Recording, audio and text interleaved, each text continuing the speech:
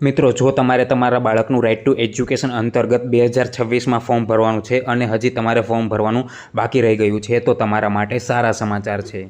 મિત્રો, આજે એટલે કે 17 એપ્રિલે રાઇટ ટુ એજ્યુકેશનના ફોર્મ ભરવાની છેલ્લી તારીખ હતી, પરંતુ આજે જ તે સરકારે નવી અખબાર યાદી બહાર પાડી છે, જેમાં જણાવેલું છે કે આરટીઈ પ્રવેશ અંતર્ગત અરજી કરવાનો સમયગાળો લંબાવવા બાબત અને પછી લખેલું છે આરટીઈ એક્ટ 2009ની કલમ 12(1)(c) અન્વયે બિન અનુદાનિત ખાનગી પ્રાથમિક શાળાઓમાં 25% લેખે ધોરણ 1માં વિનામૂલ્ય નબળા અને વંચિત જૂથના બાળકોને પ્રવેશ આપવા માટે સરકારશ્રી દ્વારા પ્રતિવર્ષ સઘન પ્રયત્નો હાથ ધરવામાં આવે છે। શૈક્ષણિક વર્ષ 2026-27માં આરટીઈ હેઠળ પ્રવેશ માટે ઓનલાઈન ફોર્મ ભરવાની છેલ્લી તારીખ 17/4/2016ના રાત્રિના 12 કલાક સુધી રાખવામાં આવેલ હતી। એટલે કે મિત્રો, આજે 17 તારીખ છે અને આ છે આરટીઈમાં ફોર્મ ભરવાની છેલ્લી તારીખ હતી, પરંતુ હવે આગળ જણાવેલું છે પરંતુ હવે ઓનલાઈન ફોર્મ ભરવાની મુદતમાં વધારો કરી 23/4/2026 ગુરુવાર સુધી વેબ પોર્ટલ પર ઓનલાઈન અરજી કરી શકાશે।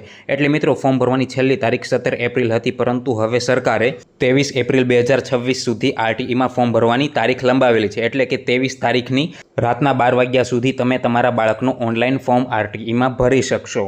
અને મિત્રો, આ વાતનો અમલ પણ શરૂ થઈ ગયો છે। તમે રાઇટ ટુ એજ્યુકેશનની સાઇટ ખોલશો એટલે અહીં પણ તમને જણાવેલું છે કે શૈક્ષણિક વર્ષ 2026-27માં આરટીઈ હેઠળ પ્રવેશ માટે ઓનલાઈન ફોર્મ ભરવાની છેલ્લી તારીખ 17/4/2026ના રાત્રિના 12 કલાક સુધી રાખવામાં આવેલ હતી, પરંતુ હવે ઓનલાઈન ફોર્મ ભરવાની મુદતમાં વધારો કરી 23/4/2026 ગુરુવાર સુધી વેબ પોર્ટલ પર ઓનલાઈન અરજી કરી શકાશે।